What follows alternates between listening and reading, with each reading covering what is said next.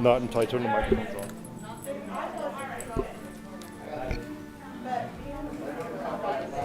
Keyboard mics. All the sound was coming from board mics. Testing audio for the stream. Testing audio for the stream.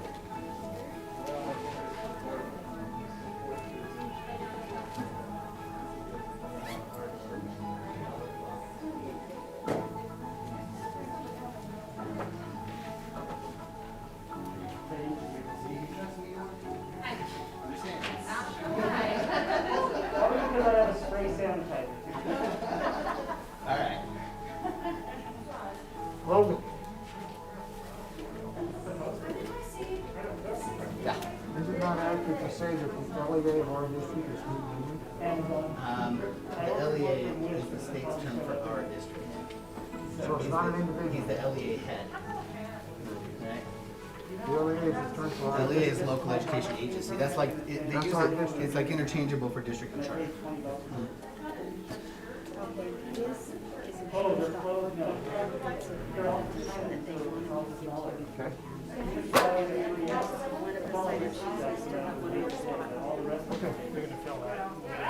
Okay, good. Yeah.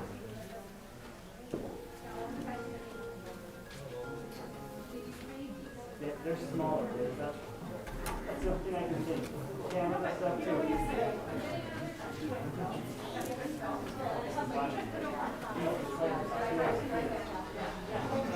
Yeah, I noticed that. Canada stuff's the same way. Thanks. By a size, well, Canada's one size more.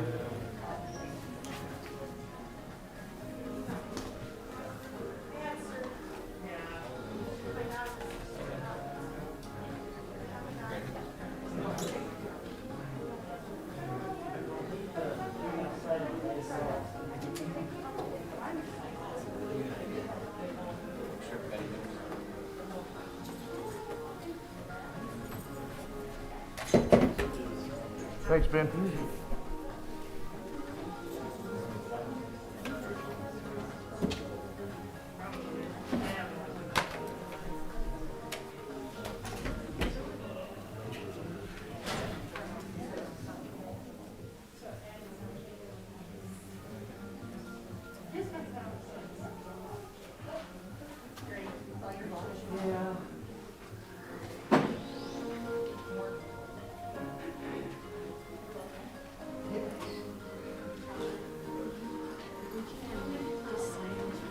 Sure.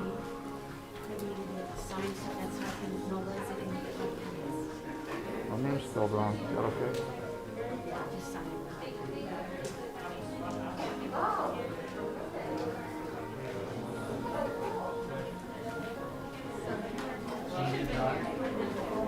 Yeah, Nancy, thank you. Okay. Thank you. Well, I can go in the corner too.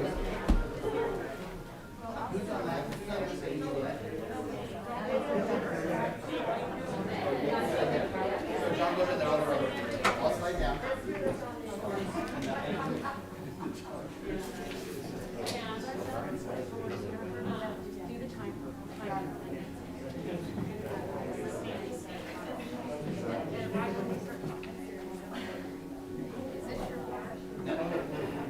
I think that's your winner.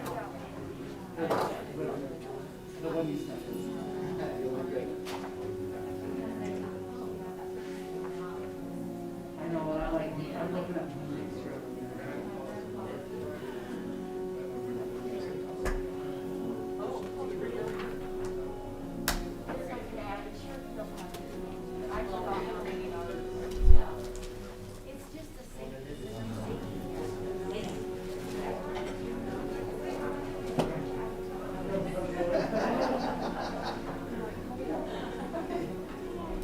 Worked so hard to put that cool, so I'm never shut up.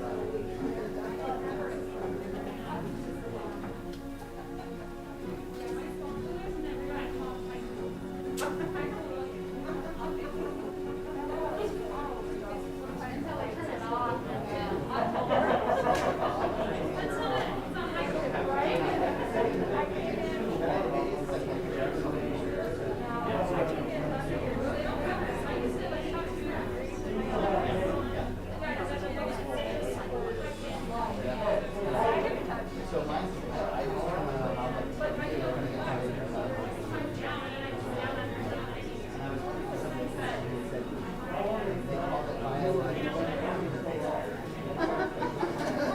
like as soon as someone who's alive touches it, it breaks.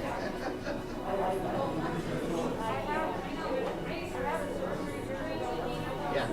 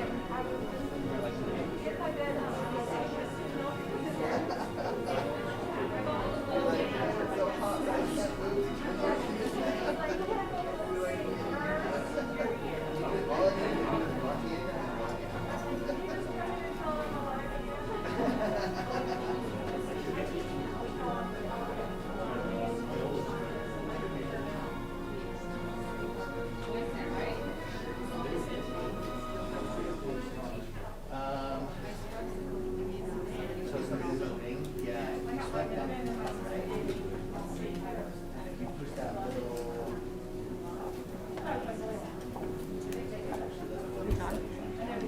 So we're on.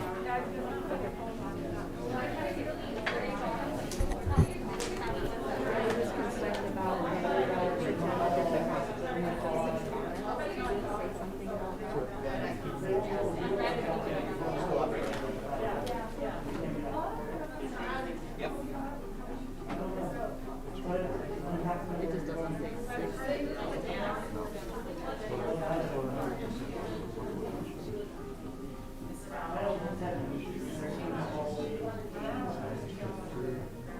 They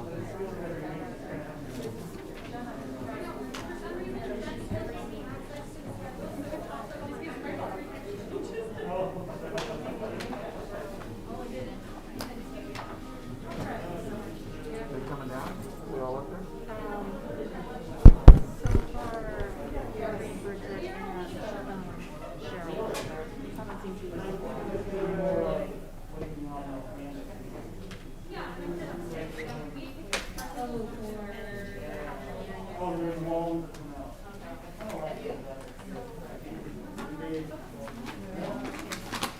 Get that from them? Are you gonna do it? I was planning to. I think it's kind of a good way to transition to talking about the final words. I've got copies to share something in writing. Is that when it's not even come up? I don't know. I tried to fix it. Let's just take it off. There's no reason to incorporate it.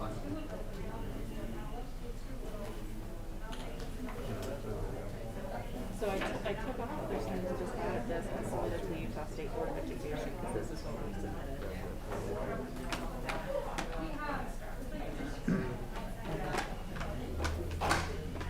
The block is wrong. How do you take it down? How do you start? It's a slide too. Take it outside.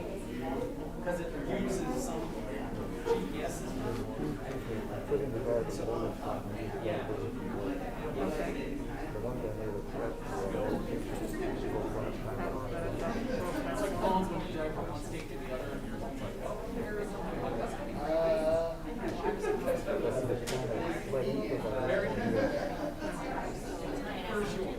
But you're not running them.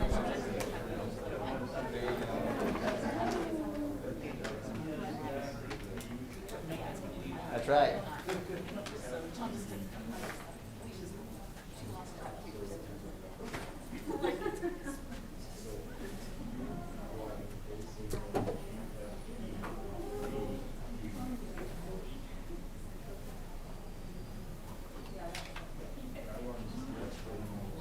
He's got him in there right now.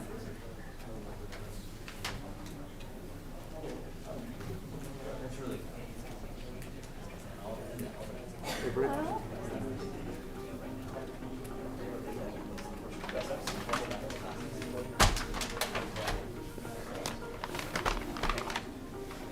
whatever you can do to make it all hands on deck to get that thing done, that's just gonna be a huge win.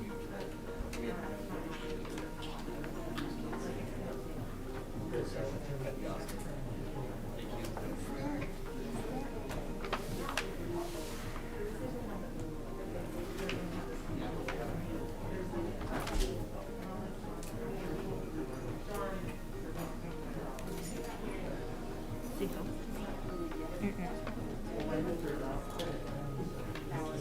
No, Julie uploaded, but he said the audio's on. That's what I ordered.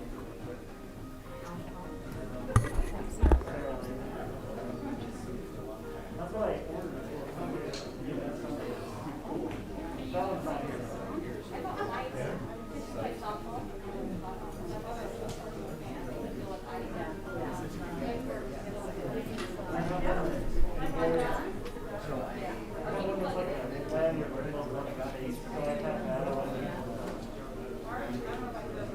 It seems like they go digital.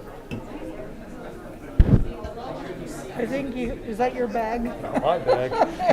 Wait. I want you to know that like at 9 o'clock this morning, I told him I have got to have a Coke. Never stops. No, no, so I won't sleep tonight either.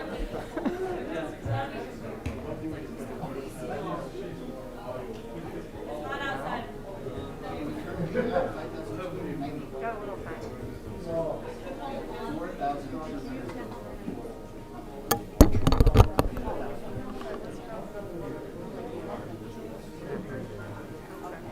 I'll send you that one because after everything we went about you, I think you'll appreciate that compliment.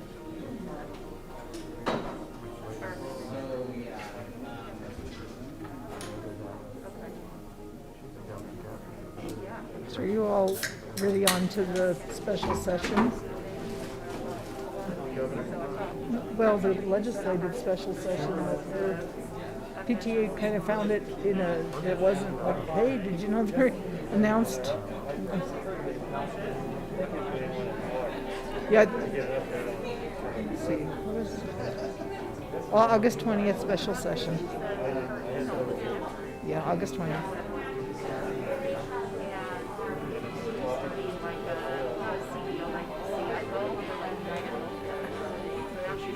I haven't had a chance to look. And the person from PTA that said, hey, did you see it? Oh, yes. Our Liam Wood said nothing's posted yet. Watch for LE. So yeah, it's not.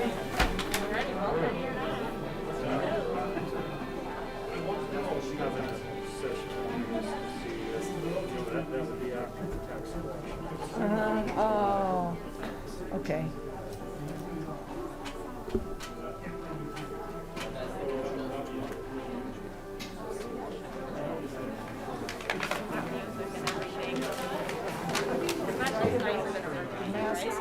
Breathing in too much carbon monoxide and I'll pass out. So if I do, just leave you there.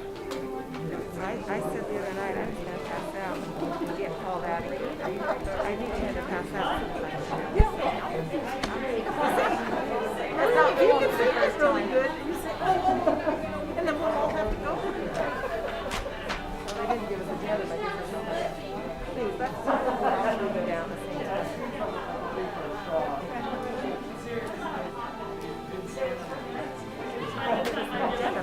Right.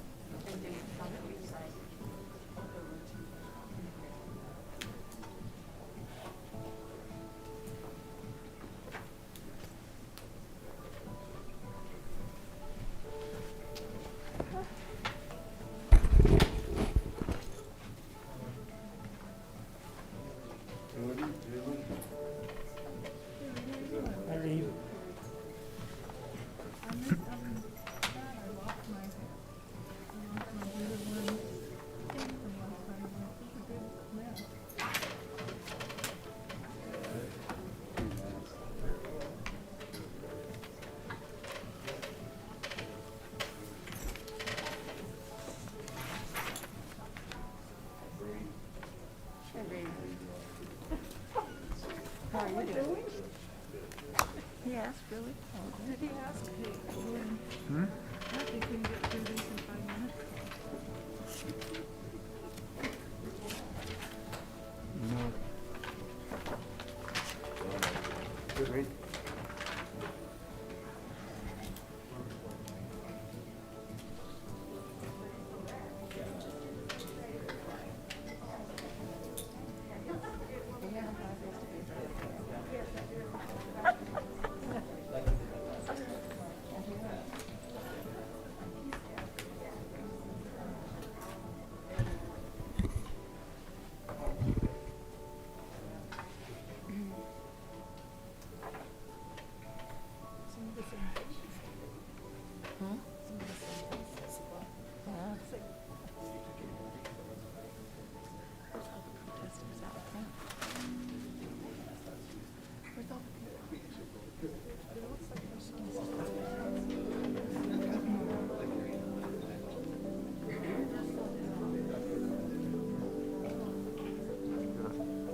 Talked about my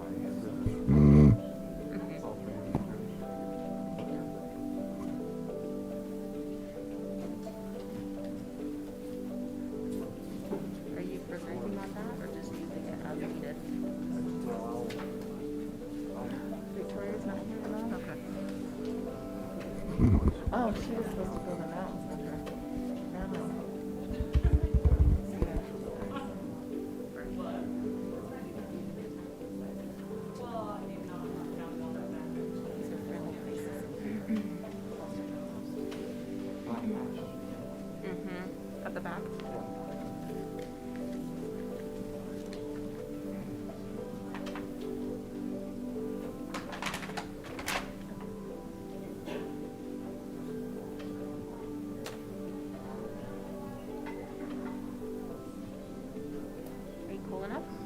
Yeah.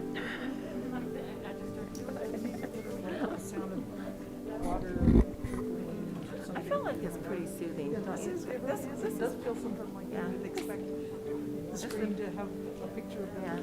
yeah, that's what they should put up there.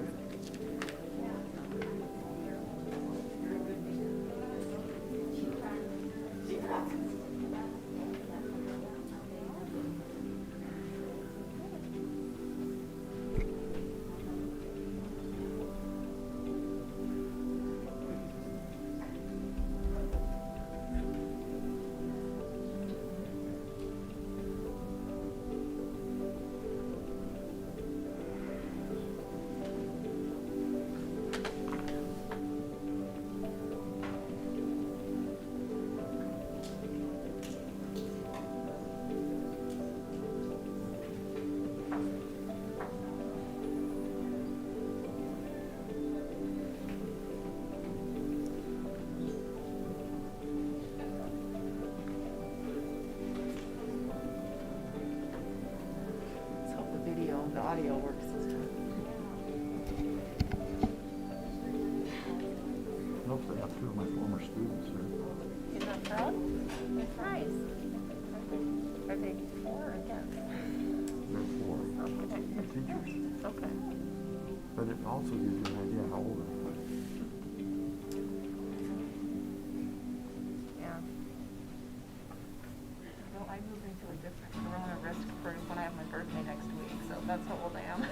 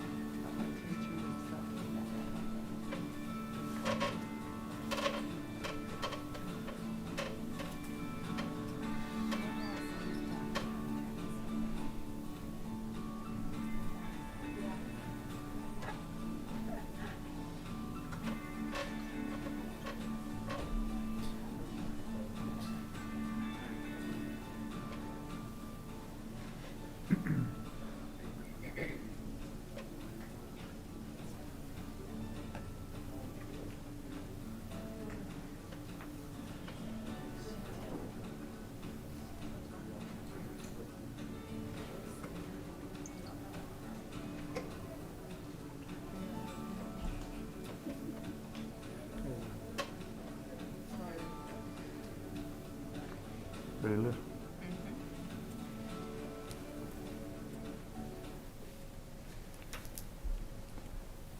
We want to welcome everyone this evening to our education emergency meeting. We appreciate you being here and also appreciate those that are in the PDC, as well as those that are live streaming the meeting on YouTube. We welcome all of you, and we'll join those that are with us here today to join with us. Stand, and Mr. Craig Carter, our business administrator, is going to lead us in the Pledge of Allegiance. I pledge allegiance to the flag of the United States of America and to the republic for which it stands, one nation, under God, indivisible, with liberty and justice for all. Thank you. Thank you, Mr. Carter. This evening, we would like to move to a public comment period of time. Couple things as far as rules associated with our public comment. We are allowing 18 minutes this evening for public comment. We are limiting those who speak to 3 minutes. To my left, our Secretary Kayleen will be timing that at the 3-minute mark. I'll ask you to, if you want to take a couple seconds just to summarize, that's great, but I will cut you off shortly after that. So 3 minutes is max. Please, if you would abide by that, we would appreciate it. This period of time is reserved for speakers who reside within Davis School District, unless otherwise noted by the presiding board member. When you come up, if you would, we would ask you not to touch the microphone, but please speak into it and let us know your name and the topic you wish to address. We would ask that those would be respectful that are with us this evening, whether here or in the PDC. Be respectful to all speakers. We would discourage clapping and any other form of approval or disapproval. This period of time can't be used for public comments regarding individual education issues such as disciplinary action, special education program, extracurricular eligibility, and so forth. Person speaking shall direct their comments to the presiding board member and may direct questions or comments to the superintendent or other board members only upon approval of the presiding board member. Members of the board and the superintendent may ask questions of any person who addresses the board only upon approval of the presiding board member. And the board is enabled by law to deliberate or take action on items raised during the public comment period that is not otherwise on our board agenda.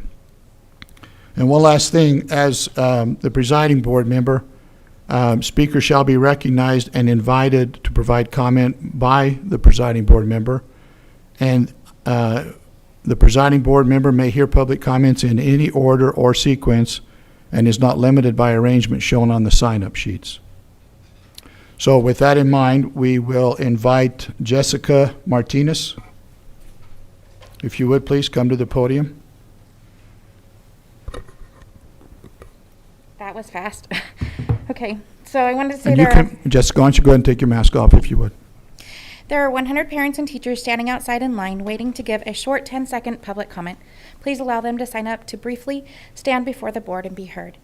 I am asking for 5 days, but I also understand every sacrifice the teachers make. I'm not a parent wanting 5 days for babysitting. Teachers are not babysitters, and the parents, whether 5 days a week or 2 days a week, will still have to help with their child's education. I want it for so many other reasons. First, to help protect those from abuse. I spoke with and physically showed the sheriffs twice and DCFS 4 times the pictures of the bruises and verbal abuse in the text done to my babies, and neither organization would listen to me. I understand the sheriffs advising me that when the child claims they received the giant figure 8 bruises on their upper thigh from tripping and falling while running in from recess, or what I like to call running into a door syndrome, and their mom says that a sibling bit them, which they were not bite marks, there is nothing they can do. I took the texts and bruises to their principal to see if there was a report about the trip and fall, and she called the police. That same day, we had temporary custody, which turned into permanent with supervised visits. So they listened to the school about suspected abuse much easier than they do a concerned individual. There are several abused kids that are only allowed to go to school. Sometimes they miss a lot of school, which also happened to my children, to the point DCFS got involved to send a letter to the mom. Sometimes they aren't allowed to go anywhere else, so the school is their only line of defense to help protect them from abuse. And as you are probably aware, abuse has risen 1/3 since COVID started. The kids that are reduced or free lunch, how are they supposed to eat? Yes, the lunchroom is open for them, but we are a 17-minute drive across I-15 or a 3-hour, 15-minute walk to what was a Title I junior high that also has a food bank in it. As many of you know, it requires 35% or more of the kids to be on reduced or free lunch to be a Title I school, and last year we were just below that at 32%. If I can't afford food, I can't afford a car, gas, or insurance to drive that 17 minutes each way, and my child can't walk 6.5 hours to get breakfast and lunch. There are many other reasons I am for 5 days a week, but I will hit on one more, and that is special ed. My daughter was born addicted to heroin. She was held back in kindergarten because she wasn't ready for their testing. I'm not sure how that happens, as I wasn't in her life at that point, and I haven't had personal experience with that. She is going into 4th grade and should be going into 5th. When I received custody of her, I realized she was behind. Her cute 2nd grade teacher was new and didn't recommend special ed testing. Her awesome 3rd grade teacher did, and then COVID hit. I've had her tested for placement with Kumon, and she is at a kindergarten level. We have no special ed testing on the horizon thus far. I pay $250 a month for Kumon help with her math and reading, as well as have a first year, 3rd grade teacher come to our home weekly to tutor her. That isn't enough to get her where she needs to be. I am out of tricks or resources in my hat to help her. I need 5 days a week so I can utilize the school's resources so we don't have a child left behind. And I had a whole bunch of thank yous to the teachers. Thank you. And I thank you for all your sacrifices, including this extra one I am asking you to make for mine and so many others' kids. Thank you. Next, we'd like to hear from Brittany Wallace.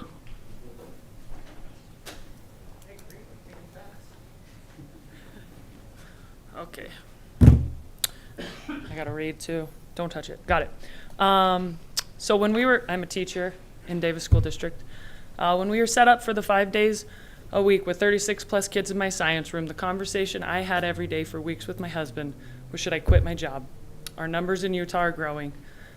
Then I heard about the switch and the conversation ended. I was at ease and ready to work with the changes, happy the kids would still see me some of the week because I think it's important.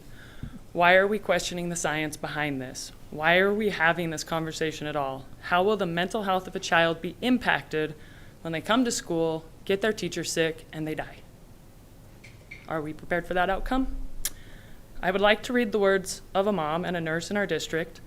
Parents need to keep teachers' best interests in mind. The risk is very real for our older population, and we are seeing it in healthcare for sure. I do think that if everything is going to be shut down every time there is an occurrence, then we are going to end up with online school anyway, so why are we even fighting for the full-time classroom? Before I end, I would just like to point out that this room is about twice the size of our classrooms, and there are significantly less people in here, 6 feet away. So to end, I don't want a bunch of active shooters in my building in the form of a virus. I will step in front of a bullet for my students. I don't want them to be the bullet. Thank you. Thank you, Ms. Wallace. Next, Savali. I'm not sure how we say that last name. What's Savali Krasap?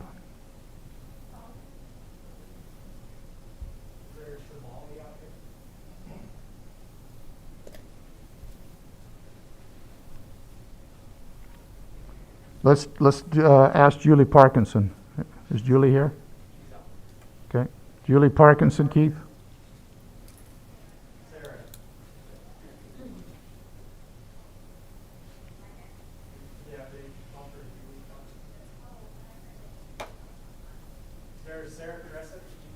Yes. That's probably what it is. Oh, I read that wrong. Sorry, Sarah. I thought that. It's much better than mine. This is Sarah, right? I gotta turn that off. If you wouldn't mind, I would love it if you could pass these papers.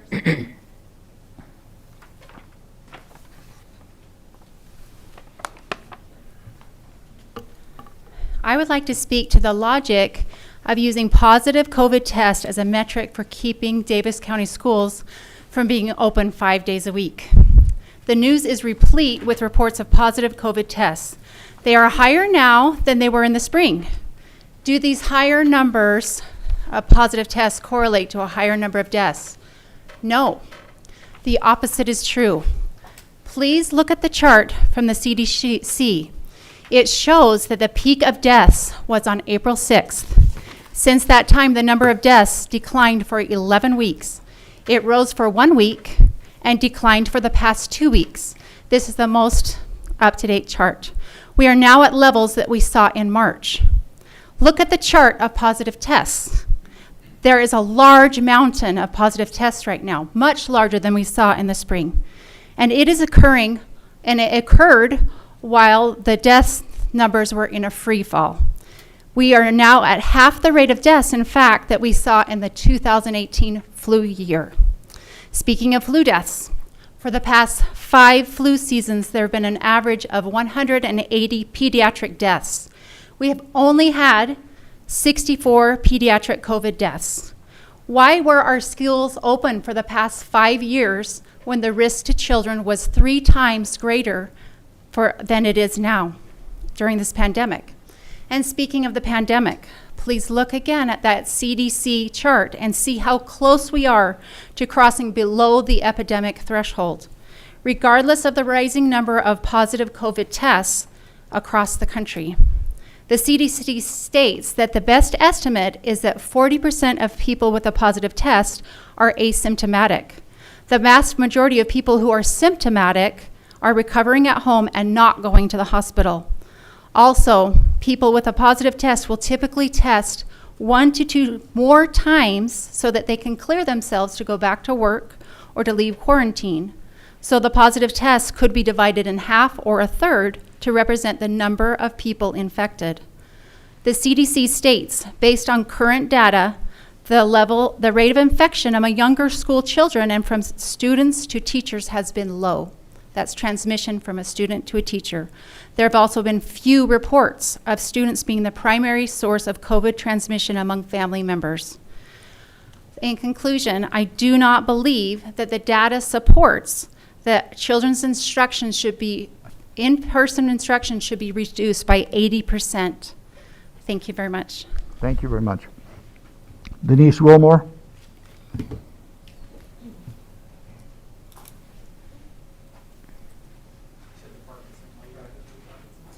She's next. Julie Parkinson will be next. President Robison and board members, thank you for the opportunity to speak this evening. My name is Denise Wilmore, and I'm speaking on behalf of Davis Education Association. Our members consist of educators that are taxpayers, as well as parents and grandparents who reside in Davis District, Davis County. After your meeting Tuesday, DEA decided to survey our members regarding the options being considered. Altering days, 5-day a week, or completely online. Alternating days. We had an overwhelming response from our teachers. 65% of those responding prefer alternating day schedule, citing health and wellness as well as their safety as the number one reason. The other two options were preferred by fewer educators. 20% indicated a preference of every student in school every day, and 15% indicated a preference for online. This is a difficult time, and we appreciate your willingness to face this difficult situation, which none of us expected. So thank you very much for your time. Thank you, Ms. Wilmore. Julie Parkinson?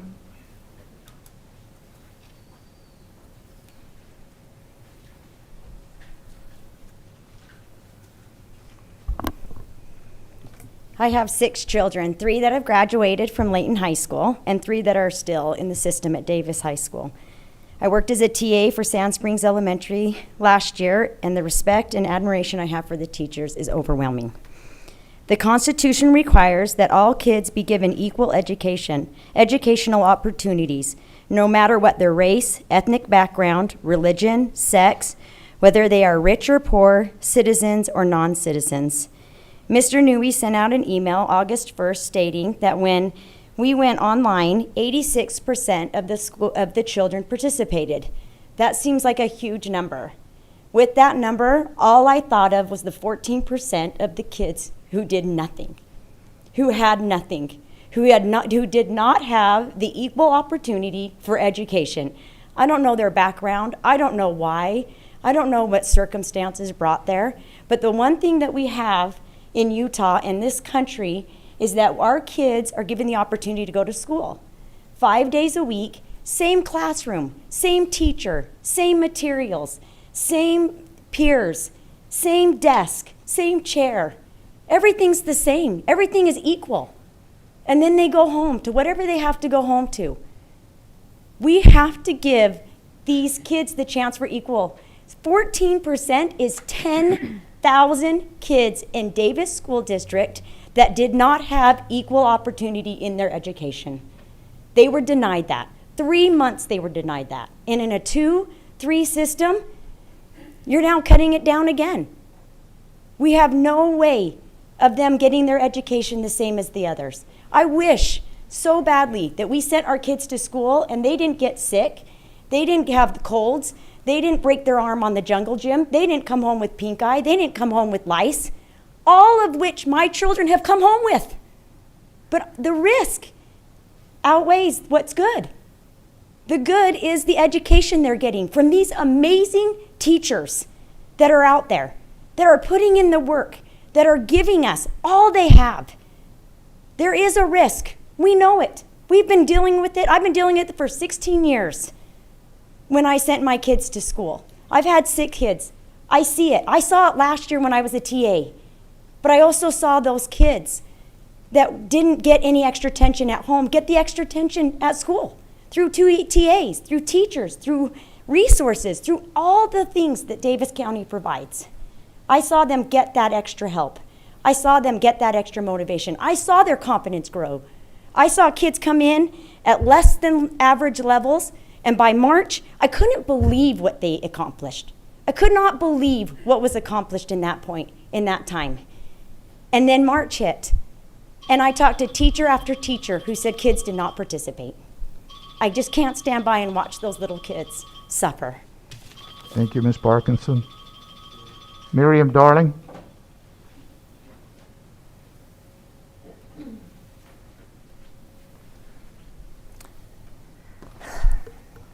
So my name is Miriam Darling, and I teach third grade at Foxborough Elementary. I am a teacher, and I am a mom of a junior at Davis High, and I'm also a mom of a special education teacher at Farmington High School. So I have seen the effects all around the board, and I have been so impressed with the stride that I have seen with my own junior, and also how tickled my special education son that he teaches the students that have just made strides. So I think the plan that has been proposed by the board is a good middle ground. I think it gives everybody choices. You still have choice. They can go online or they can come 2 days a week. I can't imagine if we would have had these kids 2 days a week over the spring, what we wouldn't have given to at least seen them 1 day a week. And so 2 days a week has really just been, we are so excited to give them that individual care that they so deserve, that we can catch them up from those times that they weren't able to get that at home. And then to have them go home and hopefully just capitalize on that with their peers, with their brothers and sisters. I think this has been a great time when families have had to come together and they have had to build upon each other. And it has been a great, great time. You know, we can look at the bad and everything, but with this plan, I think we are also able to look at the good. I've had several parents who are parents of students that have called me and have said that they are on board for this. I've seen petitions that are sent around. I talked to a lady outside that said they've had 3,000 signatures of parents who are in support of this. So I think we have a great support system for this. I think we are concerned about their social emotional learning as well. We have programs in place for that. We've got specialists in each school that are really concerned about this. So having them at home is not ideal, but I think this way we can keep schools open longer by having the 2 days a week. Otherwise, I see our schools unfortunately closing down quicker if we are at a 5-day-a-week program. So thank you for your time. Thank you for all the hard work that you guys do and for the decisions that you have made on our behalf. Thank you. We have time for one more. Is Kira Wooten here?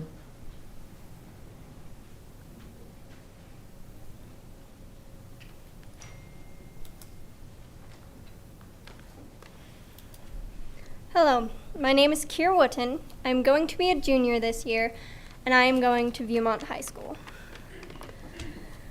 Look, we're all in this together, whether we want to be or not. All our actions affect each other, especially right now. So instead of fighting, we should work towards a solution. I believe that solution is the hybrid schooling schedule. The faster we stop the spread of COVID, the sooner we can get back to normal. And that's what we all want, right? When I was in 9th grade, I took a choir class with around 100 people. 100 people enclosed in one room, maybe half the size of this room, standing shoulder to shoulder and singing. Usually, when one of us got a cold in that class and came to school, at least 5 other students would get it. And it would keep spreading and spreading until eventually everyone in the class had it. Now imagine that, but with a deadly disease like COVID. If we were to limit classroom sizes, we would at least have a chance on spreading kids out and limiting the probability of getting COVID from one of your classmates. If we were to have a 5-day week with no restrictions, COVID would spread like wildfire. But if you're feeling sick, you should just stay home, right? Researchers reported that 40% of coronavirus cases which tested positive have no symptoms. They're asymptomatic. So 50% of students infected with COVID-19 could be spreading it without their knowledge. That means anyone they touch, any surface they touch, could infect many others. My sister is at high risk because she is a type 1 diabetic. I definitely do not want this disease to infect her. She is at high risk for higher complications, as are many others. This is a serious threat. Of course, I'm gonna miss my friends. Some of my closest friends will not be going to school with me, but that doesn't mean I won't be able to interact with them. In this age of technology, there are multiple ways to communicate with people while staying a safe distance away from them. I'm willing to see my friends less and have online school for 3 days to keep my friends and family from contracting and possibly dying from this virus. COVID-19 has killed more people than the Vietnam War has. That was one war that the U.S. lost. However, if we continue to ignore the risks of COVID, we may just lose the war against this disease. Thank you for your time. Thank you, Kara. We thank all of those who made comments tonight. We appreciate that very much. Well, as we come this evening, I think that there are several things that bring us here. I think the concern of the legality of what a board does and what a board should do. Opinions, certainly. As 7 members of the board, we have opinions about any item that we discuss or any issue that comes before us. I think that we're united in wanting to do the right thing, and I think it's unrealistic that at any point in time you're going to find, with the magnitude of responsibility that board members have, that there's going to be a unanimous feeling about everything all of the time. There's going to be differences, and oftentimes those differences lead us to better processes. But I think one of the things that I want to emphasize tonight is the significance of us being able to understand how important it is for us to make sure that we are indeed within the legal requirements of what a Board of Education is required to do. The other night, on Tuesday, I had to step away and was not here when Ms. Tanner expressed an interest in having us convene this meeting this evening. So I went back and spent a considerable amount of time listening to the audio tape so that I was getting firsthand the information that she shared, so that I could have a better perspective as a board member, as those who were here certainly were able to, as she expressed herself. So a couple things that Ms. Tanner said. One, as she began talking, was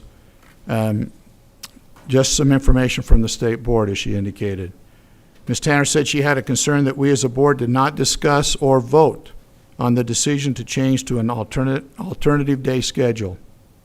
She read from the template from the state board, which said that the LEA, which is the district with the superintendent being the LEA agent, that the LEA was required to develop a comprehensive plan that had to be approved by the local board in an open and public meeting. Ms. Tanner's opinion about that is that we didn't do this. I disagree with Ms. Tanner on that. We did do this on July 14th. We didn't vote for the option to go with a full regular schedule. We voted for a plan. That plan included 3 options. So this meeting tonight, to me, is not about whether or not we voted for the reopening plan. It is about our interpretation of what that vote on July 14th meant. When I voted on July 14th to approve this plan, I left with the understanding in my mind that the superintendency, along with health experts and staff members, would be allowed to determine which option we would begin school with, and in addition to that, if we needed to move from one option to another, it would be their call. And there are other board members that share that understanding as we left on the 14th. I believe our administration left with that understanding. I haven't asked, but Mr. Zerbakken, did you leave with that understanding? Mr. Newey? And others? There were others. Mr. Carter, Dr. Toon was part of that.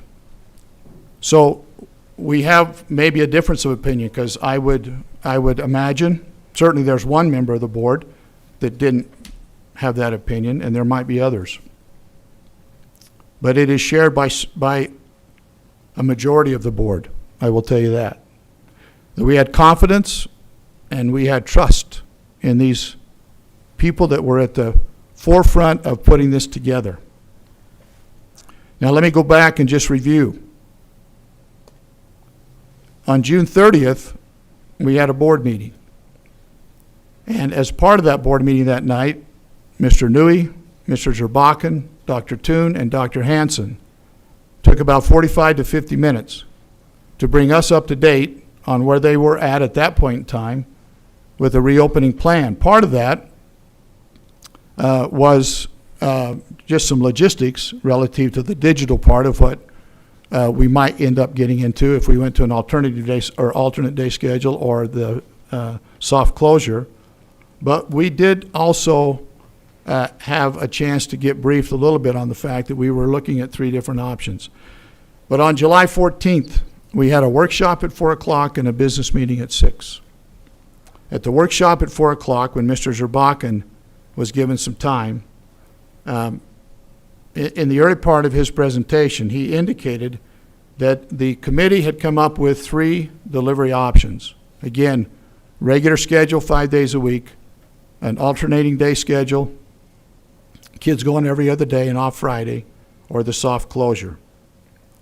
He indicated, and as I'm quoting him, that we are intending to open with a full open using the big 5, the face mask, hygiene, and that they talked to us about. And he said our pivot point will be an alternate day schedule.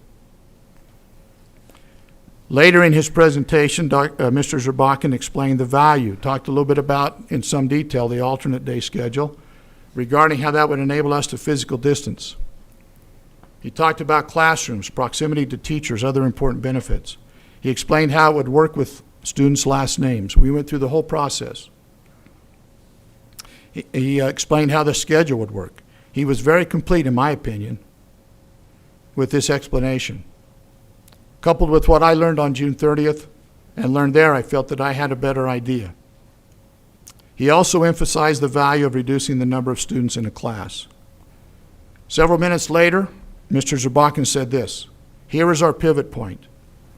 If we open with a full schedule, and if the infection rate goes up even among our adults or our kids, we would go to an alternate day schedule for 3 weeks or so to see if we could get the infection rate down.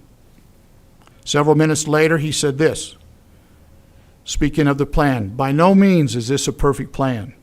It's our best guess based on data here on July 14th. He emphasized that we were 6 weeks away, and that data could change. He said this: we value the health of our students and staff. If the data shows us that it's unadvisable to open, we won't open with a full schedule just because we said we would do it today.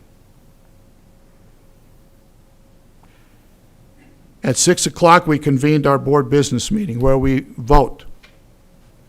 In that board business meeting, Mr. Zerbakken got up, and I'm quoting, "We would like to ask for your approval of the Davis Comes Together plan as presented in our workshop and also presented 2 weeks ago with the change that came with Governor Herbert's mandatory mask requirement. Ms. Gerard made a motion to approve. Mr. Eckersley seconded the motion. I opened it for discussion.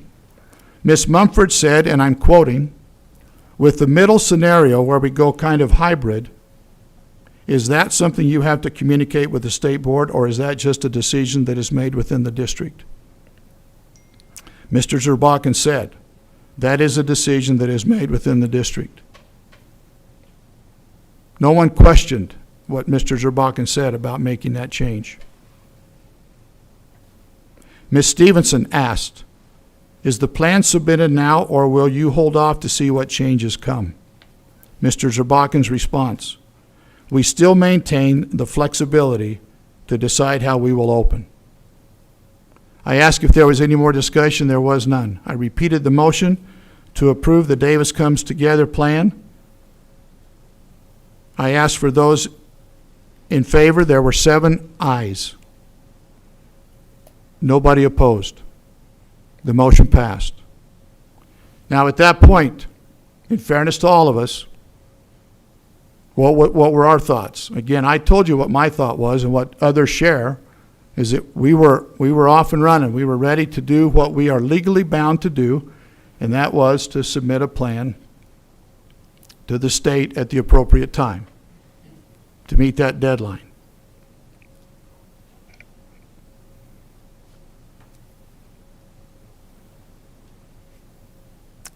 Now, the issue comes up about 3 options.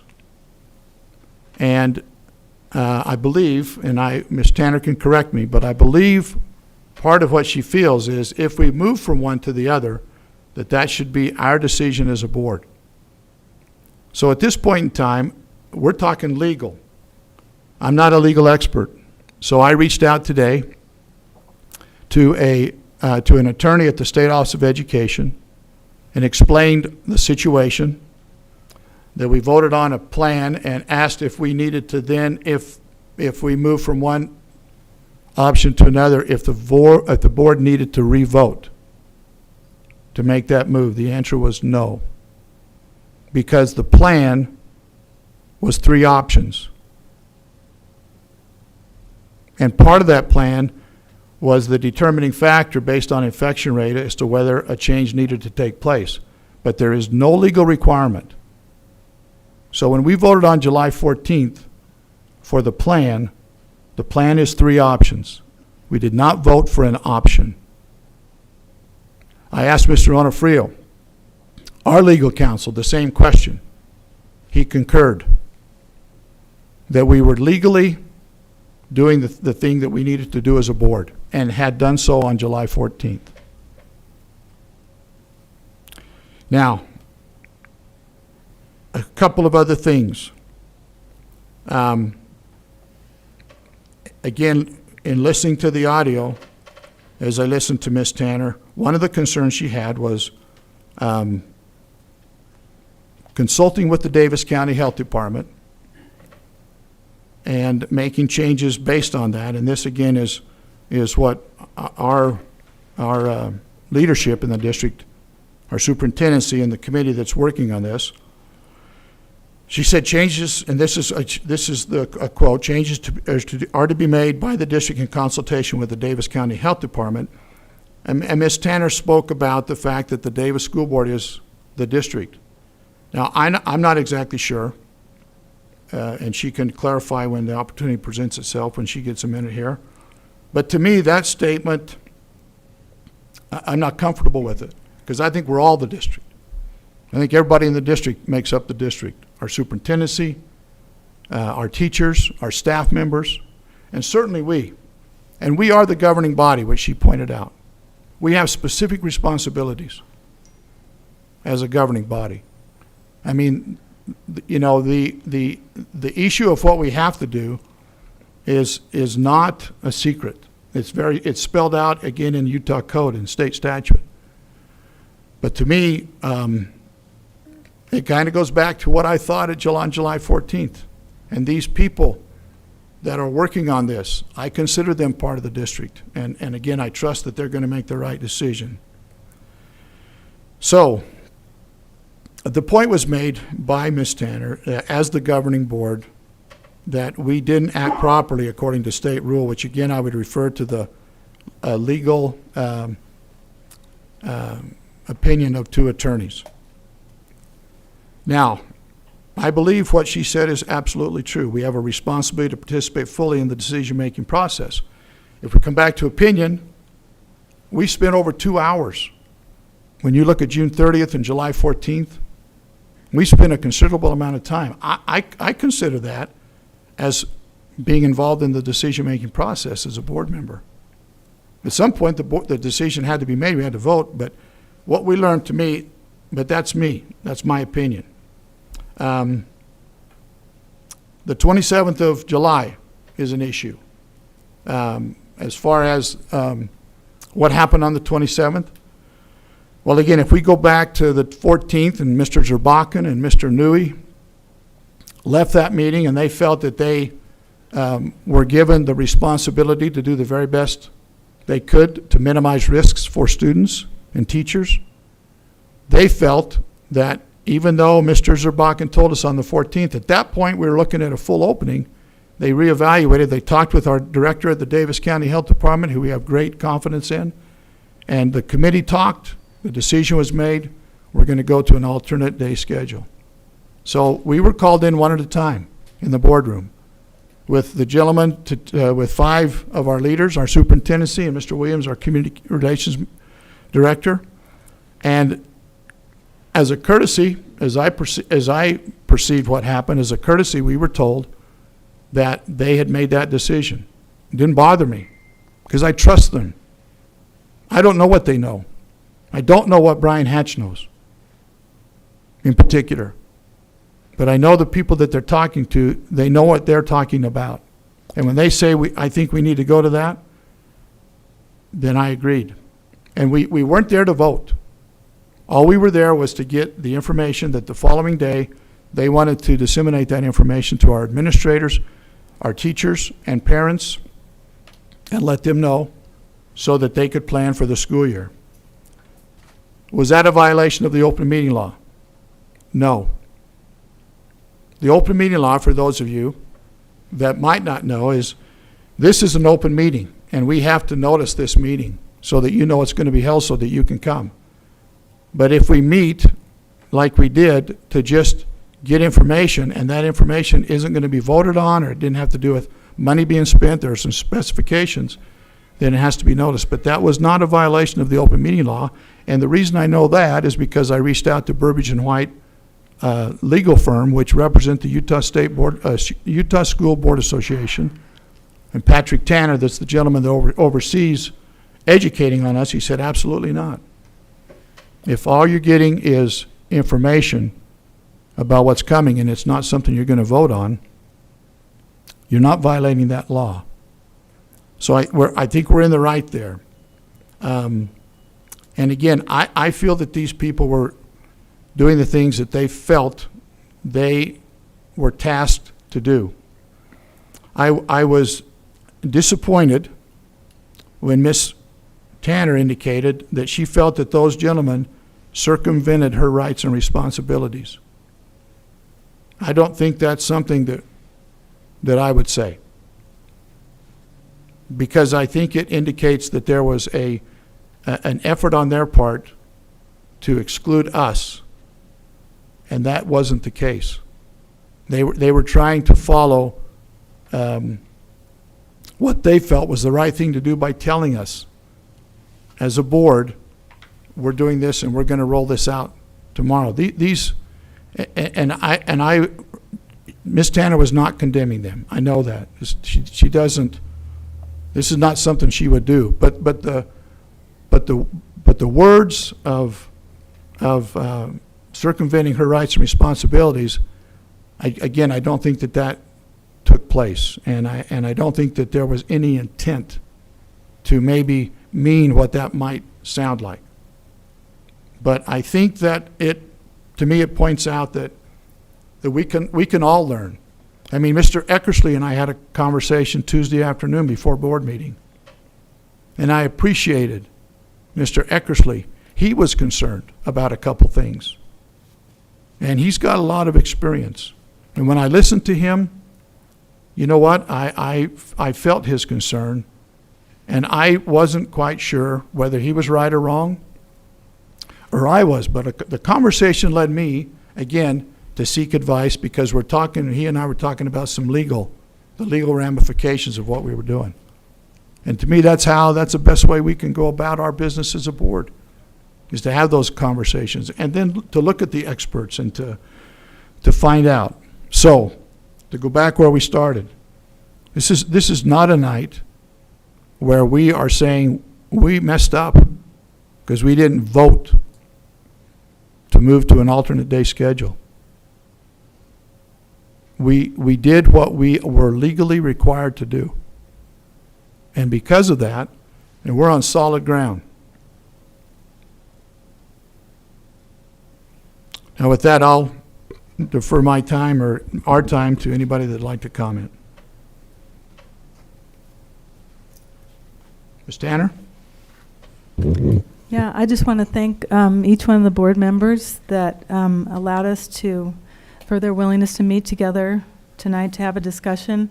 I'm really looking forward to a discussion about the hybrid schedule and some of the things that we've heard in the last week and a half, and just a vote on this very important decision for the board. I really want to thank all those who have written, who have called, who have made public statements and spoken up. Isn't this a great country where we can speak our minds and have a difference of opinion and a variety of perspectives? Democracy is messy, but it's worth it. We appreciate feedback and parent and teacher engagement, and I think we have it. We can't give everyone exactly what they want, but we can give you a chance to engage in the decision process. I'm really looking forward tonight to this discussion and this vote, and I thank you, all the board members, for allowing this to happen. President Robinson, I'd like to make a motion so we could open some discussion on that. Would you clarify the point you make about a vote? So I would like to, do you want me to, I can make a motion that we, I'd like to make a motion that we use an alternative day schedule with 3 days a week schedule.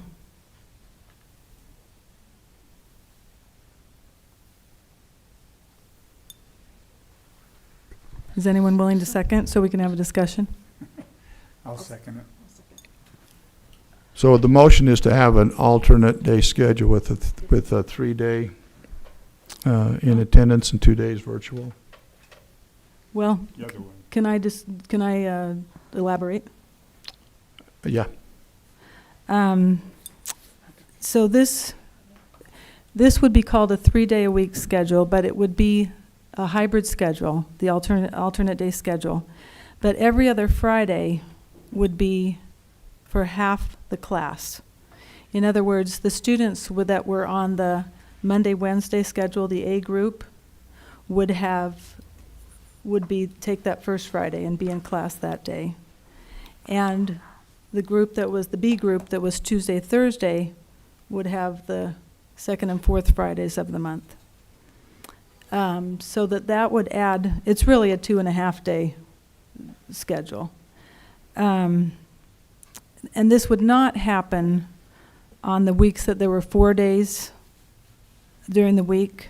The A group would then go to Friday so that the days were divided evenly as far as in-class instruction.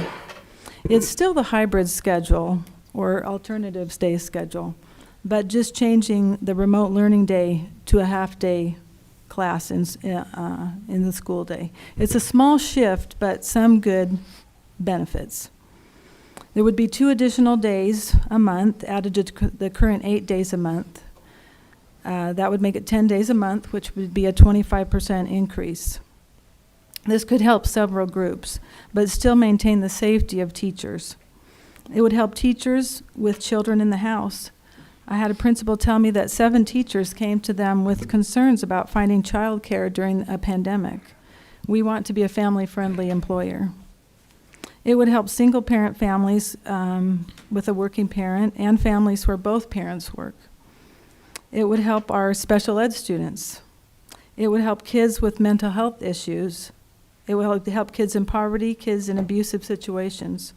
It would help teachers wanting more face-to-face time with students. I talked to a teacher yesterday who was really concerned about, he's an art teacher, and really wanted to be able to see his teachers more and to be able to do those hands-on projects that he's used to, and really concerned that he was only going to be able to do about 40% of his curriculum.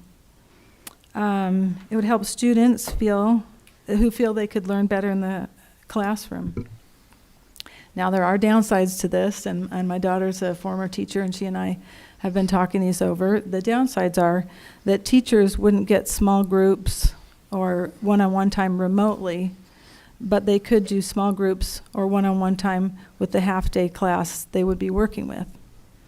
Schools couldn't use that time in a flexible way that would be more personalized to their school. That could be a downside. The schools wouldn't have one day without kids in the school for deep cleaning.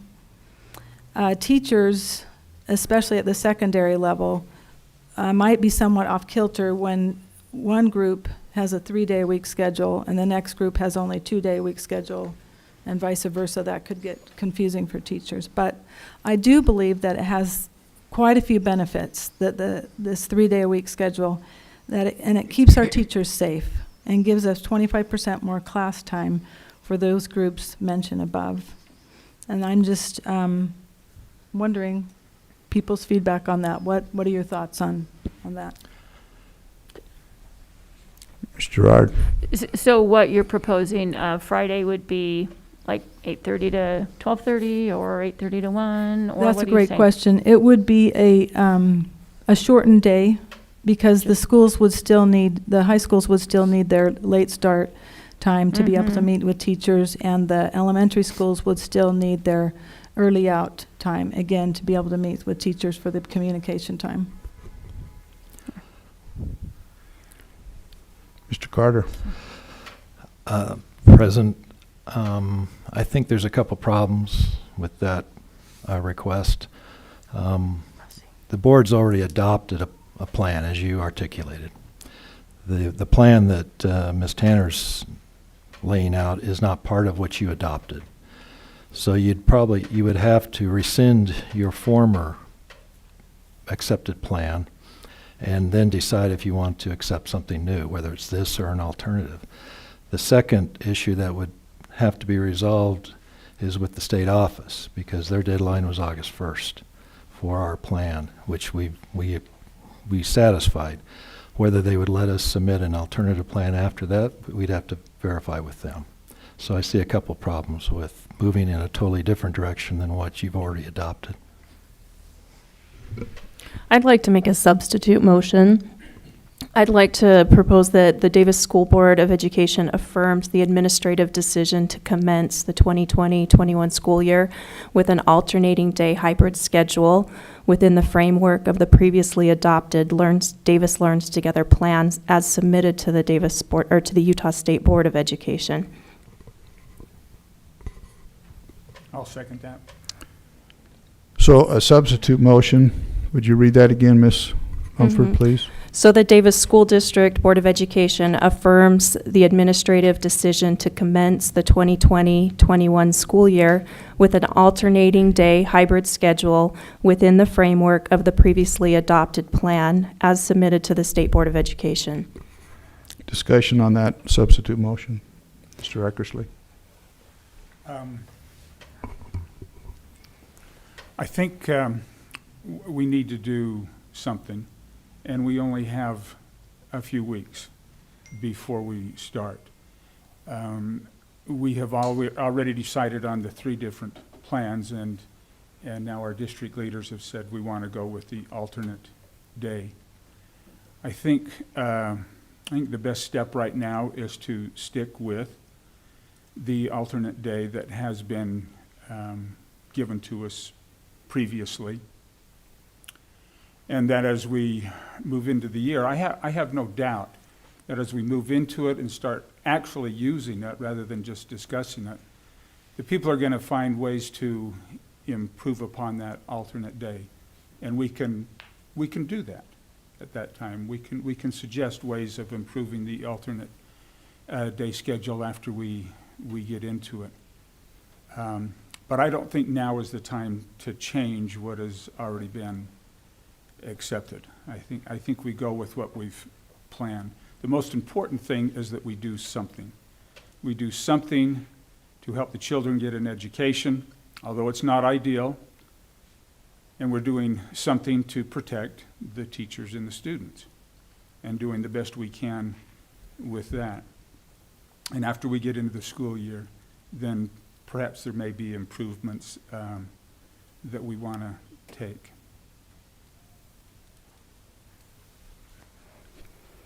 So, Mr. Carter, as we look at these two motions, we have a motion on the table that Ms. Tanner made, and Ms. Bumford is making a second motion, but I believe, Ms. Phipps, you might want to weigh on this as well. I think we need to take care of the first motion. Was it seconded? It was. The first motion by Ms. Tanner was seconded. But she did a sub-motion, right? What's that? Substitute. Yeah. So this is a substitute motion, not an amendment. So am I correct in the fact that we need to take those one at a time? Yeah. Yeah. Well, yeah.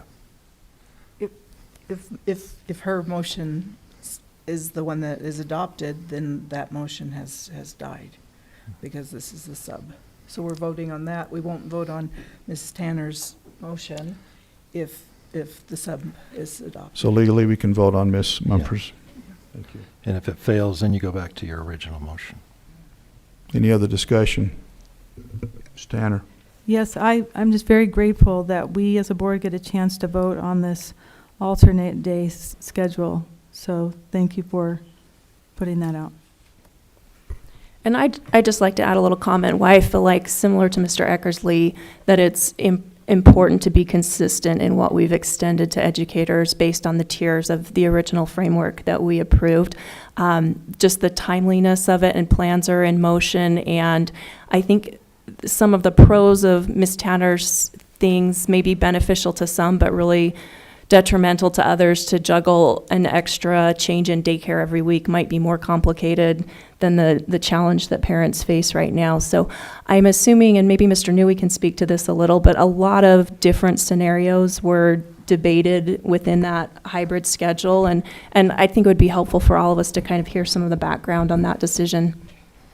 Thank you, Ms. Mumford. I'd be happy to. During the health crisis that is upon us, we've spent significant time since March 17th, really, and you know, there was a short time of prep leading up to that time, but our number one goal throughout the health crisis has been to maintain safety for staff and students while they're in school. We, of course, don't control outside of school, but so all of our efforts have been directed towards that, and we appreciate greatly the preparation that has been hour by hour, day by day in prep for this moment. I appreciate Mr. Eckersley's words in terms of doing something and so forth, and I just don't want by any stretch of the imagination to there be any question as to our preparation. Will it be perfect? No. It's called a crisis for a reason, and it's a health crisis. And our educators have performed admirably, our families have performed admirably during this crisis, and will continue to do so. We will take, and have taken since that time, every imaginable scenario and opportunity we can come up with to prepare for it, and then as we consolidated that down into the approved plan, we focused in on those three areas and being prepped for those three areas specifically. And we feel extremely confident to do that. And I appreciate the words of the board in terms of, you know, this is not, we're prepared for this. it will be messy because it's a crisis. It's a health crisis, and we don't know when it's going to end. And we appreciate immensely our Davis County Health Department, who has been with us, as one patron intimated earlier, throughout every infectious disease, and we lean on them for every opportunity to keep students and staff safe. And we're going to do the same in this, and feel we have the best educators in this country. And I don't say that as a tagline. That's I've been around. I know that, and we're going to get this done. And I believe we have the best families in the country to work with, and that's the way we're going to approach it. Is there any other discussion, Ms. Tanner? Yeah, Mr. Newey, do you mind if I ask you a question? What criteria will we use to decide when it is safe to go back to a fully open schedule or to change to a soft closure? And maybe the board could chime in on this too, about what criteria would be important to us. Thank you, Ms. Tanner. Similar to as we've done with everything leading up to this point, we'll be in direct consultation with our health department. And then, we haven't had a live data set to this point. School has not been in session, and it hasn't been simulated to the degree it's going to be simulated. So the observation of what is happening in our schools and our ability to continue to deliver and then accelerate that to a 5-day-a-week is the criteria, and we'll keep the board informed as we feel we have throughout the health crisis, and make sure that the information is apparent as we have with all information, and then make that decision as we see how the impact is on our students and staff. But are we going to look at like how many hospital beds are taken up? Are we going to look it's a good question. We haven't been given, we've begged the state, Mr. Hatch has begged the state for specific numbers to point to. I think that you look at the Davis County dashboard, and there are specific numbers, infection rate for people tested and so forth, and there's disagreement throughout the country of what that marker is. They talk about there should be no opening of schools, period, if it's above 5%. And we're well above 5%. So, as far as the marker go, Mr. Hatch has been reticent to give us a marker because he can't get one from the people he answers to as for definites. They take the data they have and make recommendation. And that's kind of what we have to go on. The big determiner for us is going to be the health of our staff and students as we start going. So do you have certain numbers for that, though? I mean, I guess we have the 15. Well, we have to from be the able to governor, maintain the offering that we're going to start with, and then that's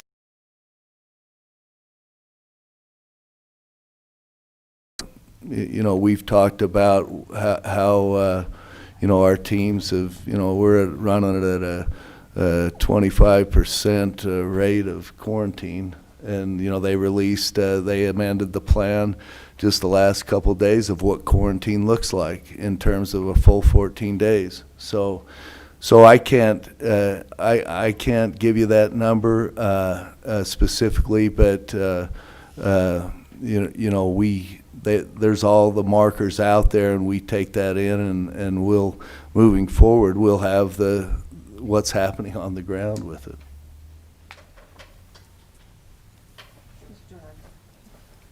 Ms. Phipps, let's go to Ms. Phipps. Thanks.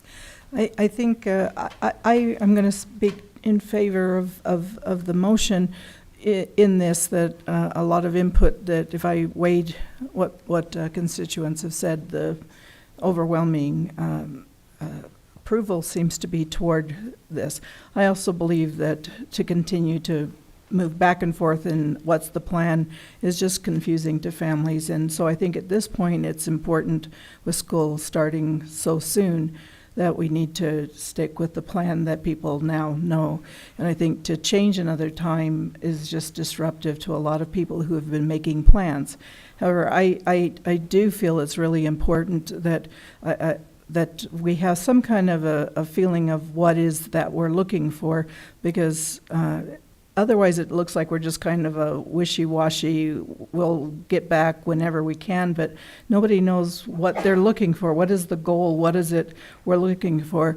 I think a good thing is that some of the other districts are starting full back, and we're in a different mode. And one of the things that we can look at is, are we having children and teachers sick in Jordan and Granite and Canyons and Weber? I think that that's a positive thing, and I hope that if we weren't seeing a problem in those districts, that we would also take that as a thing that should possibly be one of those triggers. I do think it would be good to get some kind of a number, that we're looking at the number of hospitalizations there, because possibly we work together as a community better, that you say if the number hits this, then we have to, we can, if the numbers drop below 1%, then it's a thing we all as a community work together as well, that if we can get the cases down, then our kids can get back to school in a full-time kind of a way. And I think that's an important thing, that we all work together. And in the meantime, what is the trigger that puts us so that we have to go fully online? And I think that those kind of numbers where we all kind of have a feel of what are we looking for. I was probably, I have to say, I was a little surprised. No, I was very surprised that we announced when we adopted the original plan that we were going back full-time masked, and then within 2 weeks it changed, and I didn't know myself what had changed. And I don't think the public in general knew what changed. We didn't have a movement to orange. We didn't do anything. So it's hard. And so for me, I would really like that. And I really would like to have more like a weekly update that says, these are where things are. This is where we're at. I have to say, the one concern I have that on the, I guess I thought, and it was maybe a misunderstanding for me, so as much as I ask questions, now I'll have more questions to make sure I understood where I was before I vote for something. But I did think that as we moved from one level to another, that I would know way in advance that it was appearing we were moving to a level 2 instead of level 1. So I was a little disarmed that I didn't know, and I didn't understand what the trigger was. I did ask in that original meeting when we adopted the plan what it would look like in our high schools. And I asked, are we talking about them going to school on an A day, 1 day a week, and a B day? And the answer was no, we would have shortened days, and they would have all 8 classes. And Dr. Linford was the one that responded that way, that was the way we were looking. That is not what the plan is at this point. So the plan is a little different than my understanding of what going to level B was. So I would have to say that's a little bit of a concern to me, because what now we're saying high school and junior high will do is a little different than how my question was answered. And I don't know that would necessarily have changed.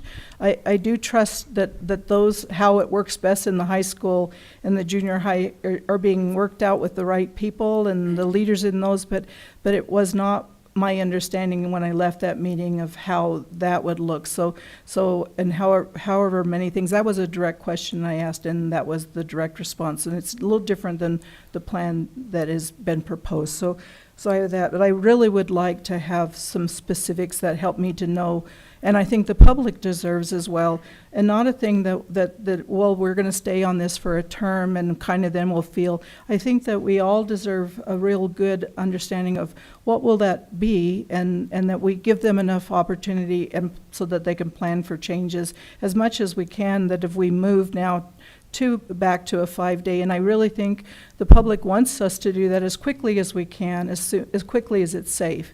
And I want to assure that my own personal feeling is, because I am very concerned about the working parents in my area that have a daycare situation, and it's not simply an issue of, well, they need to figure that out. For some people that is not just something you figure out. Life is a much more complicated thing. So I actually also hope that somehow as we adopt this, that we put a plea out that the situation we are in is not something that simply the education system has to solve. It really is going to take a lot of work as a community, and I hope that we can reach out to employers to say we're going to have some potential daycare problems. Are there things that employers can do to help so that in some flexibilities of more work from home, or some things that are there? And I think that we will watch some of our employers step up and help and say, these are things we can do. Can our cities, are there things that others can do that as we deal with the situation? I just think we move forward, but the plea is that we need other groups to step up and help, because not all the things that are issues, I think, can the public education system solve, because they're more complicated than just our issues. And the child care, while there's kind of an assumption, you make plans in life, you choose to work, and you make an assumption of school being there with some things happening, and so school shuts down because of snow or whatever. Those are very inconvenient, but this goes beyond kind of inconvenient at this point, and so I am concerned with that, and I am concerned for children who don't have that support at home and won't have the help at home because of the working situation, or have very large families, and how do you help all of the children? And so there are a lot of questions, a lot of concerns, and so I hope we're really doing a lot of evaluation all through this and saying, where are we finding kids that are falling more behind? What resources can we put to those children so that we really work on that? Because an equal education is not what we need. We need an equitable education. And all the children in our district, we're going to, and I believe that's the commitment, but just reminding again that we have an obligation as a society to make sure that our children are taken care of the best that we can. And I actually have to say also, I believe that as I was trying to decide between whether the 5-day or the hybrid was the best choice, I weighed back and forth because I really see both situations being with pluses and minuses. And I believe that probably a better answer is out there that's a hybrid of what we've talked about. I would really like to see in the near future a task force, a summit meeting or something brought together where we bring the Board of Education and leaders in the education community, so teachers and other leaders, parents from various groups, and some other community leaders together and say, here is the situation. How can we bring kids back to school in a 5-day thing, but also make people be safe? And I believe probably as we do that, we're going to have some just brilliant people that there may be tweaks. And I think in the end, though, that we're all going to have to give a little, that it's not going to end up a perfect situation. But I think rather than 50% of the people feeling good about things, I think we can get to 80 or 90% of the people feeling like we're doing the best we can for their children. Ms. Gerard. Oh, thank you. First, I just wanted to thank everyone for the many emails and phone calls and texts and the public comments. I am grateful for your input and for being able to hear your different perspectives. And I have listened, and I do understand your many valid concerns, and I share many of those concerns. There are very valid arguments on both sides of this issue, but one thing I do know is that we all want the same thing. We all want our students to be able to attend school 5 days a week. There are no easy answers, but I believe that the best way and the safest way for this to happen is to begin school on a hybrid schedule, which allows us to distance because we have smaller number of students in the classroom. I would rather start cautiously on a hybrid schedule, see how things go, then move to a 5-day-a-week schedule when it is safe to do so. Safe for our students, safe for our teachers and our staff, instead of starting 5 days a week and possibly having chaos erupt with many sick teachers and students and staff, and then having to close the schools and possibly go back to full remote, which is something that no one wants to do. So I do understand, I share your concerns. I know this is hard on everyone, including working parents and single parents, and it's hard on everyone, and I feel very sorry about that. But I do think that starting on the hybrid schedule is the best way that we can work up to going back 5 days a week. And I just wanted to also say how much I appreciate the hard work and dedication by our outstanding superintendency and district staff and our teachers and the Davis County Health Department, because I know that they, along with all of us board members, care about our kids, our students and their families, and we care about our teachers and our administrators, and we just want to do what's best for everyone involved. Ms. Stevenson. To start off, I'd like to say that I appreciate Julie looking outside the box, trying to come up with some kind of solution. I know you listed a lot of things, Julie, on that probably might be a detriment to that plan. And one of a couple of those that I thought of as when you were explaining was that would leave no Friday for individual by appointments, because I've had a lot of parents reach out to me, well, will they really be able to make an appointment and meet with their teacher? And that would kind of take that one away. Also, we've had a concern about those that might become missing in action. Our teachers can reach out to those kids on Friday, so I think that Friday will serve its purpose as long as we're in this stage. So I would support Liz's substitute motion. But I did prepare a little statement, just short, that I'd like to say tonight, just because I didn't want to get up here and ramble on, but I had some things to say. Some of it is the same as Bridget in my appreciation to all those involved. We spent many hours, and I know I can bring up one certain email to one of these people, and they go, yes, I read that one. So I know we have all spent 2 weeks of reading hundreds and hundreds and hundreds of emails. And you probably think, oh, I'm hating those, but no, it's like Cheryl said, we appreciated those. It gave us all of your choices. So I do appreciate that. I appreciate those input. I appreciate our health department. They are experts. I am not. Our district personnel who have worked timelessly in behalf of our students. Appreciate our teachers that have flip-flopped back and forth and haven't given up on us. 2 meetings ago, I believe I said, whatever it is we put out there, our teachers will make it work, and I truly believe they will. I have sincerely tried to look at this matter from all sides. I definitely agree with Tammy Pfeiffer. If you listen to the governor's report this morning, Tammy Pfeiffer is the governor's education policy advisor.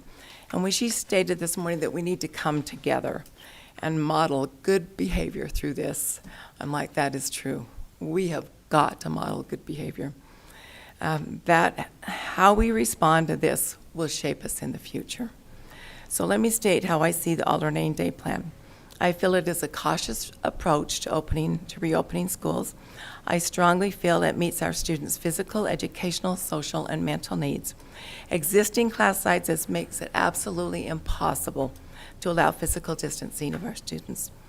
This plan to start out slow and test the waters, and if all goes well and our numbers of COVID cases within our schools doesn't increase, then we can hopefully quickly remove into a 5-day plan. I've stayed the optimistic one out of all 7 of us all along. I never, ever in my right mind thought that last spring we would be having this discussion. So here we are. So here I'm saying, gosh, in 4 weeks we can look at this and we'll get right back to that 5-day. That would be great. I'm counting on it, but we'll see. But once again, I'd much rather start out slow and not have a spike and return to remote learning. As a grandma, do I want to see my 15 grandkids go back to school? Absolutely I do, and so do their parents. Oh, do their parents. Do I want them and their teachers to stay healthy and well and feel safe? Absolutely. This plan meets both of those wants. Do I want them to sit shoulder to shoulder in a room of 30 to 45 or maybe more students? Absolutely not. Do I want them to keep their masks on for 7 full hours a day except to eat lunch? Absolutely not. This plan remedies that. By only having half of the number of students in each class, physical distancing can be maintained most of the time. In these times, and when a teacher is also distanced, that teacher can let his or her students take their masks off for a breather. What a delight for each child, for a teacher to say, take your masks off as long as you're staying in your seats, we're 6 feet apart, and have a little breath. One of my very favorite parts of this plan, though, we seldom ever address, and that is a teacher's ability to get to know their students in a smaller setting and to assess where they are in the learning process, to form a relationship with their students in a smaller class size, and identify their needs and give them more individual help. We're going to find some kids that have had a little slide, not just the summer slide, but the spring slide this time, and they can reach out to those. Knowing that we presently have students right now with COVID, I can find no reason why we can't give a few weeks, hopefully 4, but that's me again, to this plan and use it as a pilot to see if we can keep our schools' cases from increasing. Having said that, I do have to express a concern, and this is just me again too. I'm concerned about our special needs kids. I have already reached out to Mr. Zerbakken, who is over special ed, to discuss this matter. For the most part, our functional skills and our ASC classes are small. I would love to see, where possible, our self-contained special ed students return as soon as possible to at least 3 or 4 days a week. I will continue to meet and to support this little effort of mine. It's important to get those kids, our special ed kids, on track here. As Governor Herbert said today, we are all in this together, quote, we're all in this together, and we're going to come out all right. We are going to come out all right if we look at each other and we treat each other with 2 things that some days I thought maybe were gone, but I think are back, if we treat each other with civility and decency. Thank you.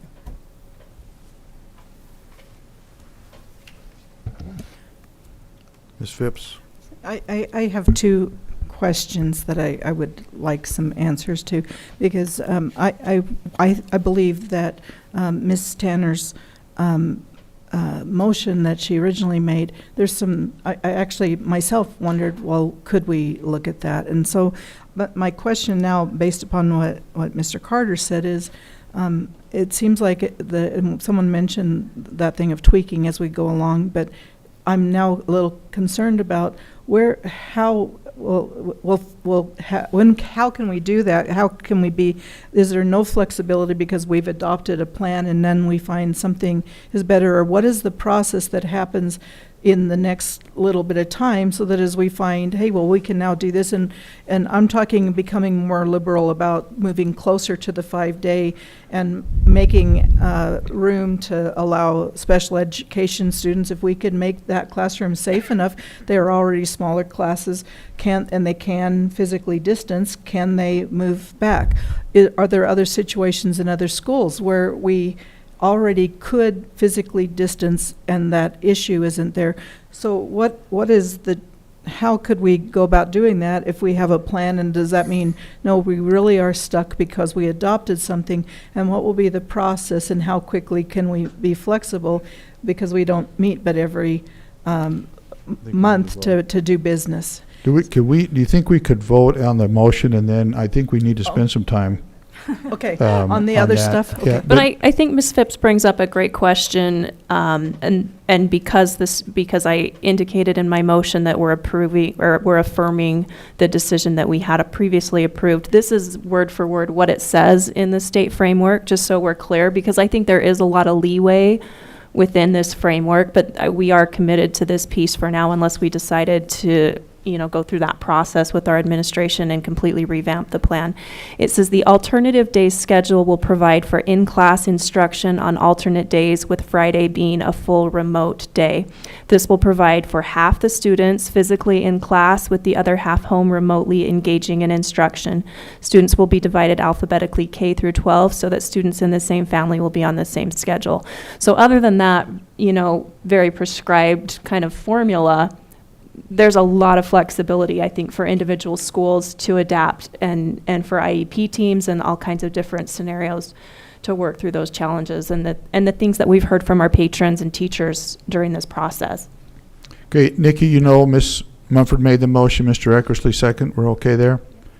So, Board, we're going to vote on the proposed motion, which is the Davis School District Board of Education affirms the administrative decision to commence the 2020-2021 school year with an alternating day hybrid schedule within the framework of the previously adopted Davis Learns Together plan as submitted to the Utah State Board of Education. All in favor say aye. Aye. Any opposed, no? Okay. Ms. Phipps, do you want to go ahead and finish? Just the one other question. I think that one of the things that as I've read through many of the, I have to admit for the public that I have not still been able to read through all of the emails that I have. It's that much input, and I've been reading, and I'm going to commit that I will still, and I've not been able to answer all of those, and I hope people will be patient because there's a lot to do there.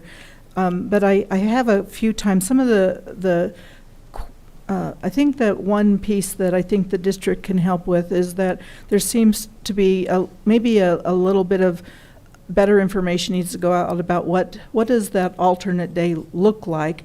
I wonder if it's at all possible for us to look at doing some kind of almost a demonstration video or something that shows a classroom on my day on, here's my class, what I'm doing in class, and what is happening on that day I'm not. Is it online or is there stuff? So maybe some things with that. And what is Friday? Maybe that's not been communicated because right now I'm hearing a lot that people think it's just going to be more of that disaster-ish kind of thing. And for some it was disaster, and for some it was a great experience in the spring. That people know that what we're talking about is that on that off day is not what they might have experienced in the spring, and how does that look different than what we're talking about? I just think that there's some misunderstanding of what that looks like. Yeah, I don't know exactly the misunderstanding in terms of every specific case. There's a couple things. You know, one of the things we're concerned as well about all our students, in particular our special needs students, that the consistency and regular addressment of their IEP goals and so forth is so critical. You know, we have to and will continue to evaluate our administration in terms of how this operates relative to the three criteria that we've been given to contain spread. 1, physical distancing. 2, increased sanitation and hygiene, and then mask wearing. So those are going to be priorities. Then we have to have the ability to support whatever we're trying to do. We can't just you know, have 92 models of delivery because we can't support that with resource. So our instruction to our principals through our school directors has been very specific in terms of the content of addressing the board-approved plan. And then every site needs to have time to process what that looks like and then come up with best practice on satisfying the learning and educational goals. You know, there aren't specifics that we can say today X, Y, Z is going to happen. I'm going to ask Dr. Toon to take just a brief moment and address the learning cycle in terms of what we're preparing for in terms of the support.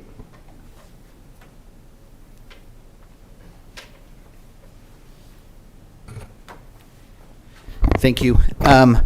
So with the alternating day schedule, it's critical that our teachers and our students understand that that face-to-face time that we have is at a premium. And so we're developing some resources for our teachers. We'll be communicating jointly with the Education Association to our administrators and teachers a set of guidelines for what those face-to-face days look like. We'll be looking specifically for discussion, dialogue, labs, hands-on activities, those kinds of things that can't really be done in a remote setting.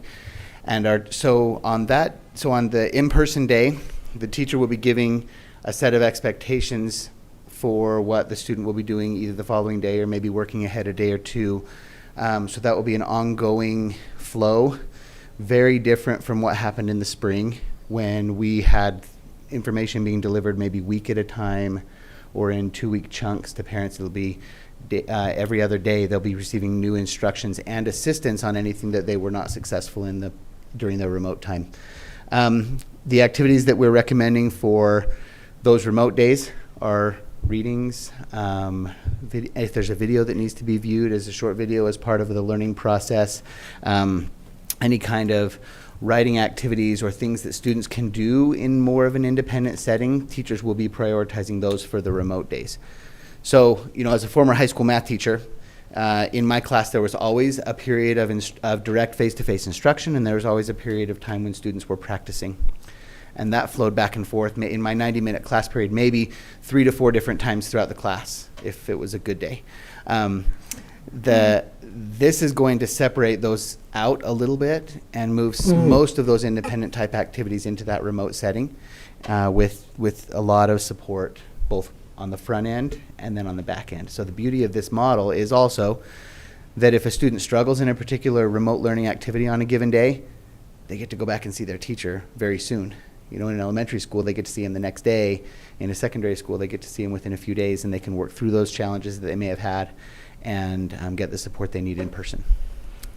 I just have to say that I think it's important because some feel they're only getting half of an education out of what we're proposing, and we will be using 5 days of the week for education to be delivered in a various form, and people are not being given half of an education. There is a real plan. I think the problem is that people don't fully see what that picture looks like, and that's some of that concern, but they will be educated 5 days a week. We're not taking half the time off. Yeah, I agree. Those are intended to be learning days and school days. It's definitely not the ideal. We wouldn't want to communicate to the community that this is what we want it to look like all the time. This is a good enough solution for the time that we have. Math is a challenge to do this way. In our secondary schools, they'll only be going to their math class once a week, and that is definitely not an ideal way of learning math, because it's nice to be able to sit in with the teacher and see that teacher explain the math principle before they actually jump in and try to do it themselves. So I'm just wondering what it looks like now when they are on their own the rest of the week to work on their math. Will there be demonstrations online about how to solve a problem? How are the students going to be taught math? That's a great question. President Robson, do you want me to take that one too? The resources that we are asking our teachers to put together, it's going to be a heavy lift for them. Our base delivery system is in Canvas, but Canvas can be embedded with a variety of different helps and resources and tools and things like that to assist our students through that. We've seen everything from teachers modeling math problems or challenges and posting the videos of themselves doing that, to finding resources out on the web and linking them, to having small group discussions. There's not like a fixed form answer to that question that's going to be applied across the board, but the expectation will be, and it's kind of a heavy expectation to place upon our staff, that support will be there, and that a student isn't left to flounder in those additional days that they haven't seen their teacher. One thing we do have is many of our junior high schools, at least several of our junior high schools, have double blocked their math classes, which means that they see their students on A day and on B day. Mm-hmm. So in those schools, at least, they'll have the opportunity to connect with their teacher every other day.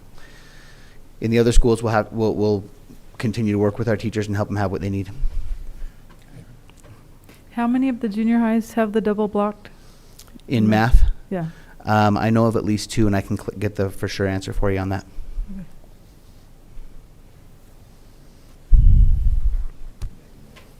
Thank you, Dr. Toon. Any other comments? I just wanted to make a quick comment. I wanted to express appreciation to Ms. Tanner. I think this has been a really good opportunity for the community to hear some of the thought that went in behind this decision that happened there. When we're operating under pandemic conditions, not a lot of people were coming to school board meetings, and there was a lot of things happening on their regular momentum here at the school district. So this is really a good opportunity for us to have received a lot of feedback from the community and for the community to see the work that's happening here, because we really share a commitment to have students be successful. And similar to what the other board members have expressed, we have heard from a lot of people this week. We have stacks of email. Many of us came in early this afternoon and have been reading through all the email that came into the board email. We all also have personal email and Facebook and all kinds of other input that we've received.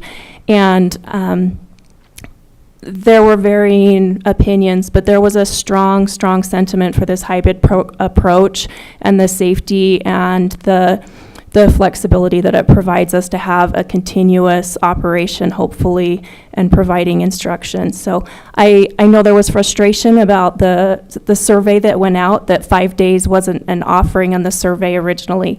And my comment to that is that that's because the underlying premise is that 5 days a week of school is the best thing that we can give kids here. There's lots of other options if you wanted to choose online learning, or if you wanted to choose a charter school, or if you wanted to homeschool. But the people in the community that offered input want their kids in school 5 days a week. So that's our goal, is to get back there, and we'll have continued discussion and work in the coming weeks about what those metrics are and the way we're going to get back to that. But I really feel confident about this hybrid plan, and we appreciate the input from our community. Ms. Tanner. Yeah, I appreciate, Ms. Mumford, your comment about, the triggers and what those will be in further discussion on that. I was just happened to be reading in that little magazine we got, the American School Board Journal. They have 3 questions. I guess I should take my mask off. They have 3 questions to ask before opening, and this was interesting. The first one is there a clear chain of communication?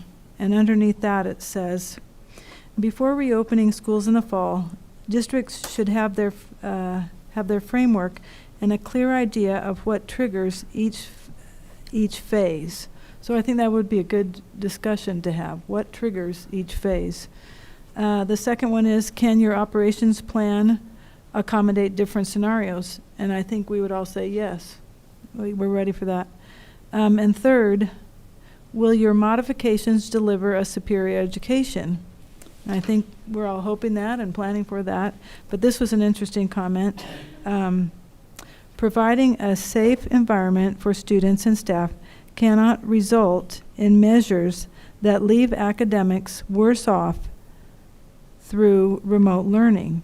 How will you assess the outcomes of distance learning and weigh those results against standards for the new school year? So I think that would also be a really good discussion, is how are we going to assess the quality of education that we're having in this new way. That would be a good thing to nail down. Well, as we finish here, we recognize and appreciate Mr. Hatch being here from our County Health Department. Mr. Hatch, I have a question. Today being Thursday, do we know more today than we did last Thursday, the 28th of July, about coronavirus? Mm-hmm. Are things changing? Absolutely. Every day we learn something new. And I think we need to keep that in mind as a board, that when we look at the motion that was passed tonight, and reference has been made to the fact that in doing so, it kind of culminates the request to have a meeting and maybe have more clarity to our public about where we are as a board and what we've done. But I think it's important that we leave tonight with a clear understanding that we do not have to have a motion to approve what our administration decides to do regarding the three options.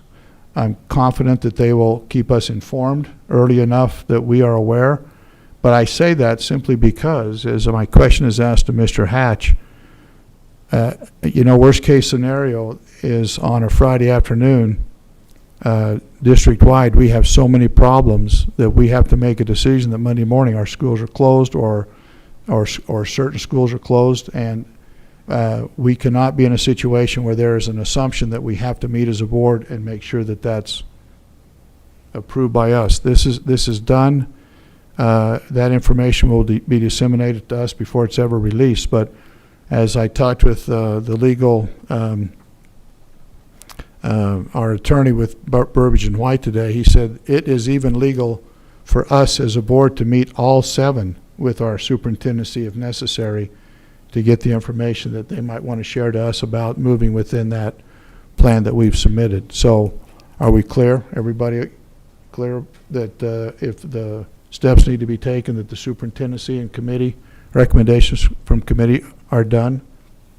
Are we okay with that as we leave today? Very good. With nothing else, we would entertain a motion to adjourn. I'll make a motion that we adjourn. I'll second that. Is that you, Marie? So motion by Ms. Gerard, second by Ms. Stevenson to adjourn. All in favor? Aye. Aye. Any opposed? Thank you. Thank you all for being here. Liz, that's a good job.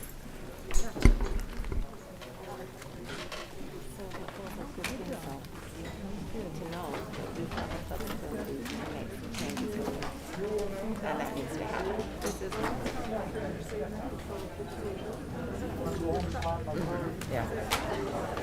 No.